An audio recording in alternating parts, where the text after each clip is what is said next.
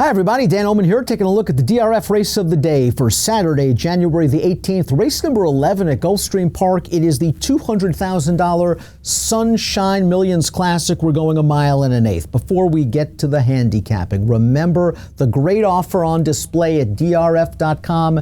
It's the DRF Horse of the Year Fan Vote Sweepstakes. It's presented by our friends at Woodbine. Submit your vote for a chance to win a trip to the Queen's Plate at Woodbine and lots of other great prizes. DRF.com/Eclipse is where you go for all the details. Let's meet the field for the Sunshine Millions Classic. You can download free Formulator past performances for this race on the Race of the Day event page at DRF.com. Access them, handicap along with me. We'll begin by taking a look at the Timeform US Pace Projector, and it is a red bar situation. We are expecting some heat up front. The 5 Salute with Honor. He's shown some big speed on synthetic surfaces at Woodbine. The 4 Jay's Way, he's gone gate to wire in the Sunshine Millions Classic in the past. Those 2 horses have speed, and this pace should be more than fair, perhaps setting things up for a closer. Let's talk about this field in post position order, beginning with the 1 Noble Drama. Noble Drama was dropped into the 62.5 tag by David Fawkes last time out, and I think he caught the right field coming off a layoff. Let's swing into the stretch. Noble Drama got a nice pace set up. He's on the outside, he's striking the lead, and he's going to start heading right. He's drifting out badly in the stretch, perhaps feeling the effects of the layoff, but once he changes leads, he rights himself nicely and he continues on his way. The race hasn't come back strong just yet. 86 buyer off the layoff, not bad at all. This is a horse that might be able to move forward in his first start as a 5-year-old. I just wish I was more impressed visually. He wasn't drifting. I didn't want to see him drift like that, and he is taking on better horses in here. 6-1 for Noble Drama in the Sunshine Millions Classic on the morning line. Tap the Moho's the number 2, going out for Mark Cassie. This is a son of Tappet. He has a beautiful pedigree, and he made his dirt debut last time out on December the 29th. Let's watch that race. Off the turf race, 1 turn mile, he is taking over in the Polka Dot. And I like the way he won this race. And I know it's an off the turf race, probably not the greatest field, but once he's asked for his run at about the 16th pole, he kicks clear of these horses, and he does it nicely, and he does it in nice time.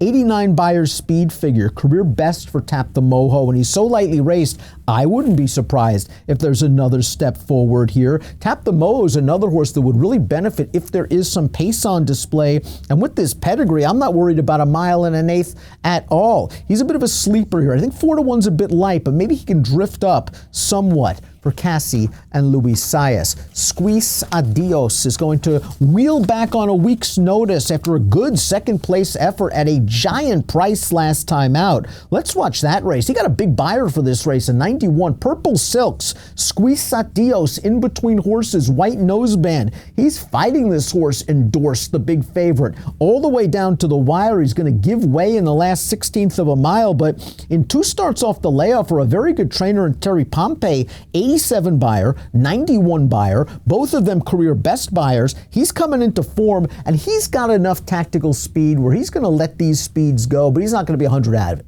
Rajiv Mirage is going to have him probably sitting 3rd or 4th. I am a bit concerned about the 1 1/8 with him. That last race was 1 1/16. He's only gone 2 turns twice in his career. He has lost ground from the stretch call to the wire in both of those races. I think he can trip out. He is in sharp form. I am worried about the distance. Jay's Way is a very likable 7-year-old. As I mentioned, he won the Sunshine Millions Classic in 2018. He just missed in this race in 2019. The issue is he hasn't raced since June, and when he's done his best running in prior editions of the Sunshine Millions, he's had prep races. He has not had a prep race here. He is coming into this race cold off a 7+ month layoff. He probably needed the layoff. His 3 races prior to the layoff were just not good at all. It was almost as if he was telling his barn, just give me a break. Has he run well fresh in the past? Yes. I'm not sure if he's run as well fresh as he has when he's had a prep race. And if he's forced to chase Salute with Honor or face pressure from Salute with Honor, he could be in a little bit of trouble. But we know he loves this surface, and we know he loves Sunshine Millions Turf Day, and you always got to respect a hard-hitting campaigner like Jay's Way.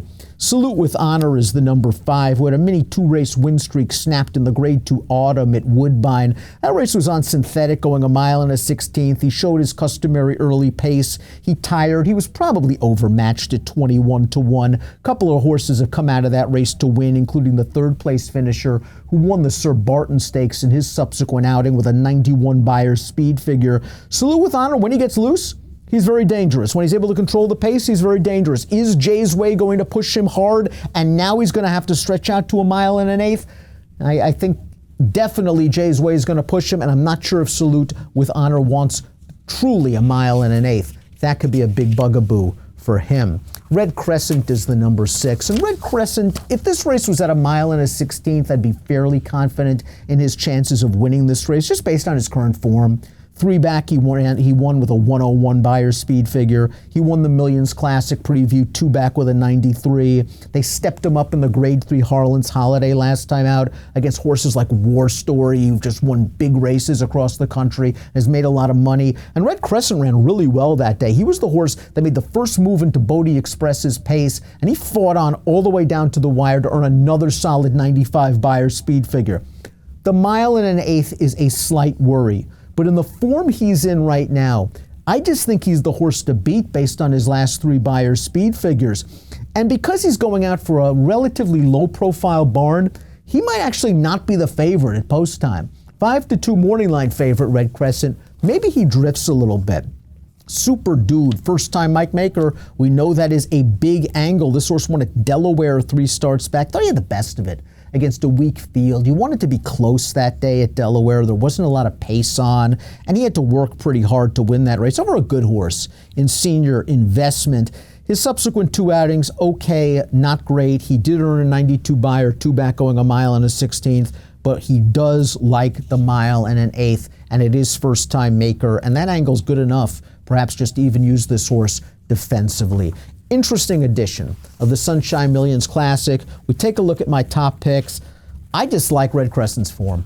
I like his tactical speed. Again, I wish this race was 1 mile and a 16th. 1 mile and an 1/8 might be a bit long, but I think maybe he drifts to the 3-1 or 7-2, and he'll be my top pick. I think Tap the Mojo has a lot of upside potential with this pedigree. I don't worry about the distance. I want to use him also. I went 6-2-3-5 in the $200,000 Sunshine Millions Classic. It's your DRF race of the day for Saturday, and it has an approximate post of 4:38 Eastern. Good luck.